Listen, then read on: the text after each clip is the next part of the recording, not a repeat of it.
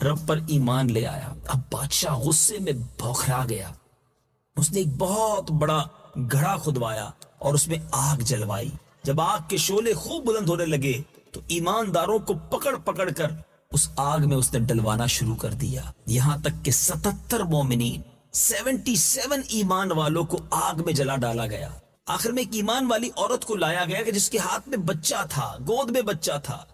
اب جب بادشاہ نے اس کو بھی آگ میں ڈالنے کا حکم دیا تو وہ عورت کچھ گھبرائی، ماں جو ٹھہری، لیکن اس دودھ پیتے بچے نے کہا، اے میری ماں صبر کر، تو حق پر ہے۔ بچے کی آواز سن کر اس ماں کا جذبہ ایمانی بیدار ہو گیا اور وہ مطمئن ہو گئی۔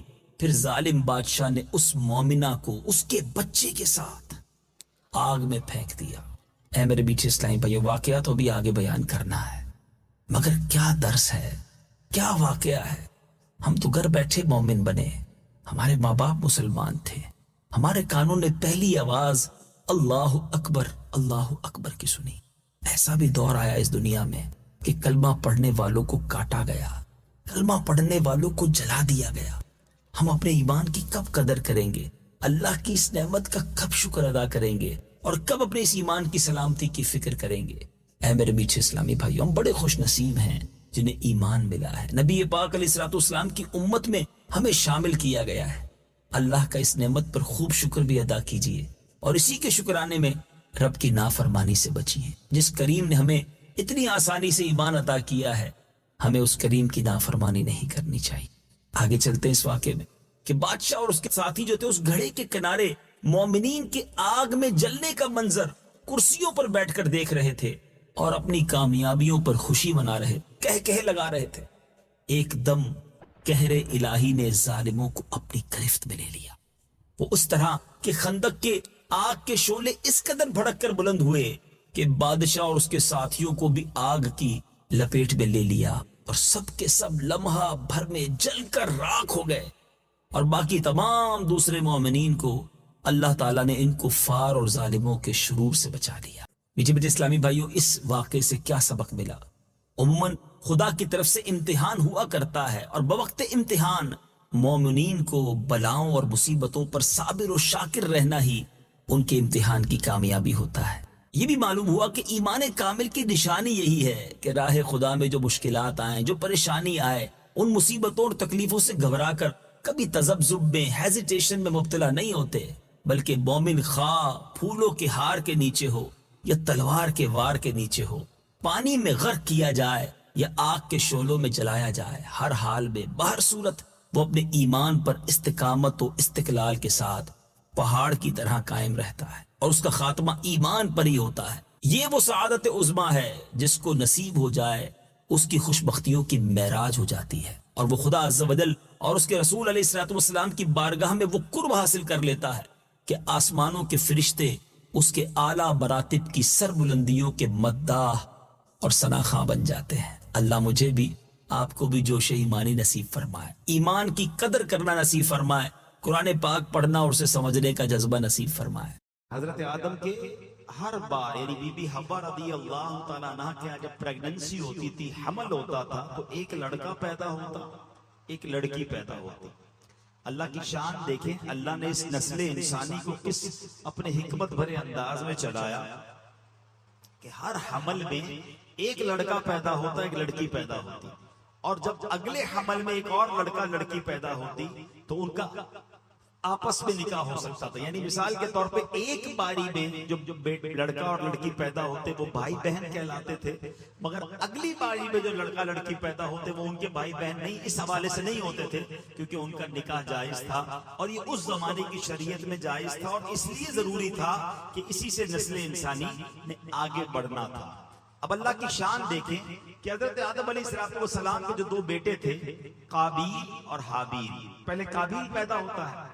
اچھا، قابیل کے ساتھ معاملہ یہ تھا کہ اس کے ساتھ جو لڑکی پیدا ہوئی اس کا نام جو تھا وہ اکلیمہ تھا، وہ بڑی خوبصورت تھی۔ حابیل کے ساتھ جو لڑکی پیدا ہوئی اس کا نام لیوزا تھا۔ اب جب دونوں بڑے ہو گئے تو اسی شریعت کے قانون کے مطابق حضرت آدم علیہ السلام نے قابیل سے کہا کہ تمہارا نکاح لیوزا سے ہوگا، اور حابیل کو کہا کہ تمہارا نکاح اکلیمہ سے ہوگا۔ قابیل کہتا ہے نہیں، میرا نکاح تو اکلیما سے ہونا چاہیے۔ حضرت آدم نے سمجھایا وہ تمہارے ساتھ پیدا ہوئی ہے، وہ تمہاری بہن ہے، تمہارا اس سے نکاح نہیں ہو سکتا۔ وہ کہتا ہے نہیں، یہ تو آپ کا بنایا ہوا اصول ہے نا، میں نے نکاح کرنا ہے تو اکلیما سے ہی کرنا ہے۔ اب حضرت آدم علیہ نبینا علیہ السلام نے کہا اچھا ٹھیک ہے، ایسا کرو کہ تم دونوں بھائی اپنی اپنی قربانیاں پیش کرو، اللہ کی بارگاہ میں قربانی پیش کرتے ہیں، جس کی قربانی قبول ہو جائے گی ہم سمجھیں گے کہ اس کی بات مان لی گئی۔ اب کیا ہوا، اس زمانے میں صدقہ یا جو بھی پیش کیا جاتا تھا صدقہ، وہ قبول کیسے ہوتا تھا، قربانی کیسے قبول ہوتی تھی کہ آسمان سے آگ آتی تھی اور اس صدقے کو، اس کو آگ لے کر چلی جاتی تھی۔ سرکار دو عالم علیہ السلام کی امت پر ایک اور مہربانی پتہ ہے کیا کی ہے؟ بہت ساری مہربانیوں میں ایک مہربانی یہ ہے کہ ہمارا صدقہ، ہماری قربانی ہم خود بھی استعمال کرتے ہیں، ہم آپس میں غریبوں میں بانٹ دیتے ہیں۔ ہماری قربانی کو آگ نہیں کھاتی، ورنہ پہلے جو بھی چیز پیش کی جاتی تھی وہ آگ لے جاتی تھی۔ سمجھ رہے بات کو؟ ہم آج کل کیا کرتے ہیں، صدقہ غریبوں میں بانٹ دیتے ہیں، رشتہ داروں میں بانٹ دیتے ہیں، قربانی کرتے ہیں، خود بھی کھاتے ہیں، دوسرے لوگ بھی کھاتے ہیں۔ ایسا نہیں تھا پہلے، یہ بھی اس امت پر مہربانی کی گئی ہے۔ تو بہرحال اب کیا ہوا کہ دونوں نے اپنی اپنی قربانی پیش کی۔ قابیل کھیتی باڑی کرتا تھا اور حابیل جو تھے وہ بکریاں چراتے تھے۔ تو قابیل اناج کا ایک ڈھیر اس نے رکھ دیا پہاڑ کے اوپر، اور حابیل نے ایک بکری جو تھی وہ رکھ دی۔ اب ایسا ہی ہوا کہ آگ آئی اور آگ آ کر بکری کو جو ہے وہ لے گئی اور قابیل کے گندم کو چھوڑ دیا گیا۔ اس کا مطلب یہ ہوا کہ حابیل کی قربانی قبول ہو گئی، اور حضرت آدم نے یہی فرمایا کہ اب اکلیما کا حقدار یہ ہے۔ اب یہ فیصلہ تو آپ نے سنا دیا، مگر اب قابیل جو بھائی تھا اس کے دل میں اپنے بھائی کے لیے حسد پیدا ہو گیا کہ یہ وہ لڑکی ہے جس سے مجھے شادی کرنی تھی، اس کو مل گئی، اور بالآخر اس حسد کی بنا پر قابیل نے حابیل کو قتل کر دیا۔ اس دنیا میں سب سے پہلا اگر قتل ہوا ہے تو وہ بھائی نے اپنے بھائی کا کیا ہے، اور وجہ کیا بنی؟ حسد وجہ بنی۔ حسد کیوں ہوا؟ ایک عورت کی وجہ سے ہوا۔ اس سب باتوں کو سمجھنا ہے۔ ایک بندہ جو ہے مردود ہو گیا تکبر کی وجہ سے، حسد کی وجہ سے۔ دوسرا بھائی نے بھائی کو قتل کیا حسد کی وجہ سے اور عورت کی وجہ سے۔ سمجھنی یہ باتیں کہ یہ کتنے پرانے گناہ ہیں، یہ کتنے بڑے فتنے ہیں جو آج بھی مسلمانوں کے دلوں میں بس رہے ہیں، اور مسلمانوں کو اس کی پرواہ نہیں ہے۔ حدیث پاک کا مضمون ملتا ہے کہ جب تک دنیا میں کوئی بھی قتل ناحق کیا جائے گا، اس کا گناہ جو ہے قتل کرنے والے کو تو ملے گا ہی، قابیل کو بھی ملے گا، کیونکہ اس نے یہ طریقہ ایجاد کیا۔ ایک اور بات سیکھنے کو ملی کہ جو گناہ کا طریقہ ایجاد کرتا ہے، گناہ پر لوگوں کو لگا دیتا ہے، لوگوں کو کوئی ایسا راستہ بتاتا ہے جس سے بندہ گناہ کرے، گناہ کرنے والے کو تو وہ گناہ ملتا ہے جس نے یہ راستہ بتایا، جس نے لوگوں کو لگایا، یہ گناہ جاریہ اس کے لیے بھی ہوتا ہے۔ تو اب کیا ہوا، قابیل نے حابیل کو قتل تو کر دیا، مگر جس کو پتا نہیں تھا لاش کو کرنا کیا ہے، اس وقت تو مرا ہی نہیں تھا نا۔ اب تو ہمیں پتا ہے کہ مرنے کے بعد دفنایا جاتا ہے، اس وقت تک تو دنیا میں کوئی مرا ہی نہیں تھا۔ اب اس نے کیا کیا، اپنے بھائی کی لاش کاندھے پر اٹھا کر کئی دنوں تک گھومتا رہا، کروں کیا اس لاش کا۔ تو پھر اللہ کی شان دیکھیں، قرآن پاک میں یہ واقعہ موجود ہے کہ اللہ کریم نے دو کوے بھیجے، ان کی آپس میں لڑائی ہوئی اور ایک کوے نے دوسرے کوے کو مار دیا۔ جب وہ مر گیا تو پنجے سے زمین کھود کر اس کوے نے دوسرے کوے کو زمین میں دبا دیا۔ تو قابیل کو پتا چلا کہ اچھا لاش کو دفنایا جاتا ہے۔ اب اس نے اپنے بھائی کو دفنایا، مگر اس کے چہرے کا نور چھن گیا، وہ بڑی عجیب و غریب آفت میں مبتلا ہوا، اور آخرکار وہ بھی دنیا سے چلا گیا۔ حضرت حبیب بن زید رضی اللہ تعالیٰ عنہ، آپ کے والد زید بن عاصم رضی اللہ تعالیٰ عنہ ان 70 بابرکت آدمیوں میں شامل تھے جنہیں بیعت عقبہ ثانیہ کا شرف و اعزاز حاصل ہے۔ سبحان اللہ، آپ نے ہجرت مدینہ کے بعد جوار رسول صلی اللہ علیہ وسلم اس طرح زندگی گزاری کہ کسی غزوے میں شرکت اور کسی فرض کی ادائیگی سے کبھی آپ پیچھے نہ رہے۔ ایک دور ایسا بھی آیا کہ آپ نے جنوبی جزیرہ عرب میں 2 سر پھرے جھوٹوں کو دیکھا جو نبوت کا دعویٰ کرتے تھے اور لوگوں کو گمراہی کی طرف لے جا رہے تھے. ان میں ایک صنعاء میں نمودار ہوا جس کا نام اسود بن کعب انسا تھا، اور دوسرا یمامہ میں منظر عام پر آیا، اس کا نام مسیلمہ کذاب تھا. ان دونوں کذابوں نے اپنے اپنے قبیلے میں لوگوں کو ان مومنین کے خلاف اکسانا اور بھڑکانا شروع کر دیا جنہوں نے اللہ اور رسول عز و جل و صلی اللہ علیہ وسلم کی دعوت پر لبیک کہا تھا. انہوں نے لوگوں کو یہ کہہ کر ورگلانا شروع کیا کہ وہ ان علاقوں میں معاذ اللہ سرکار دو عالم علیہ السلام کے نمائندے ہیں، بلکہ ان سے بھی آگے بڑھ گئے ہیں اور خود نبوت کے جھوٹے دعوے دار بن گئے اور لوگوں کو گمراہ کرنے لگے. اچانک ایک روز مسیلمہ کی طرف بھیجا ہوا ایک نمائندہ نبی پاک علیہ السلام کے پاس آیا جو مسیلمہ کا ایک خط لے کر آیا تھا، اور اس نے اس طرح خط میں مخاطب کیا: مسیلمہ رسول اللہ کی طرف سے محمد رسول اللہ صلی اللہ علیہ وسلم کی طرف تم پر سلامتی ہو. اما بعد، سن لے کہ میں اس معاملے میں تمہارا شراکت دار ہوں. آدھی زمین ہماری ہوگی اور آدھی قریش کی، مگر قریش ایک ایسی قوم ہے جو ظلم کرتی ہے. اس طرح جارحانہ اور بدتمیزی والے انداز میں گستاخانہ خط لکھا اس نے. اللہ اکبر. رسول اللہ صلی اللہ علیہ وسلم نے اس کا جواب کس طرح دیا؟ کیا پیارا انداز ہے. بسم اللہ الرحمن الرحیم. محمد رسول اللہ صلی اللہ علیہ وسلم کی طرف سے مسیلمہ کذاب کی طرف. کذاب کہتے ہیں بہت زیادہ جھوٹ بولنے والے کی طرف. اسلام اسی شخص کے لیے ہے جو ہدایت کی پیروی اختیار کر لے. اما بعد، سن لو کہ زمین تو اللہ تعالیٰ کی ہے، وہ اپنے بندوں میں جسے چاہتا ہے اس کا وارث بنا دیتا ہے، لیکن اچھا انجام ڈر جانے والوں کا ہی ہوگا. اللہ اکبر. نبی پاک علیہ السلام کے یہ الفاظ سپیدہ سحر کی طرح، یعنی صبح کی روشنی کی طرح نمودار ہوئے اور بنو حنیفہ کے کذاب کو رسوا کر کے چھوڑ گئے. جو وہ تو نبوت کو بادشاہ سمجھ رہا تھا کہ آدھی آدھی رعایا کا مطالبہ کرے، اور نبی پاک علیہ السلام نے کیا خوبصورت جواب دیا کہ زمین تو ساری اللہ کی ہے. بادشاہت اور نبوت یعنی ایسا تو نہیں کہ جو نبی بنے گا وہ بادشاہ بھی بنے گا اور اس کی جناب کوئی اس کی ٹیریٹری ہوگی. یارے آقا علیہ السلام تو اللہ کی رضا کے لیے کام کر رہے تھے. اب جب اس تک یہ پیغام پہنچا تو اس کے منہ کی سیاہی بڑھ گئی، اس کی گمراہی میں اور اضافہ ہو گیا. اس سے پہلے ہونا تو یہ چاہیے تھا وہ توبہ کر لیتا، اس کی گمراہی میں اور اضافہ ہوا، لوگوں کو مزید گمراہ کرنے لگا. اللہ اکبر. اب اس نے مومنوں کو دی جانے والی سزاؤں میں بھی اضافہ کیا. جو ایمان لاتا تھا نبی پاک کو تو نبی مانتا تھا، اسے معاذ اللہ رسول نہیں مانتا تھا یا نبی نہیں مانتا تھا، وہ سزا دیتا تھا.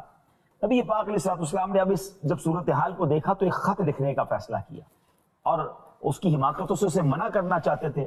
اب ایک ایسے شخص کی ضرورت تھی جو یہ خط لے کر جائے، اور یہ بھی تھا کہ جو لے کر جائے گا ہو سکتا ہے اس پر سختیاں بھی ہوں.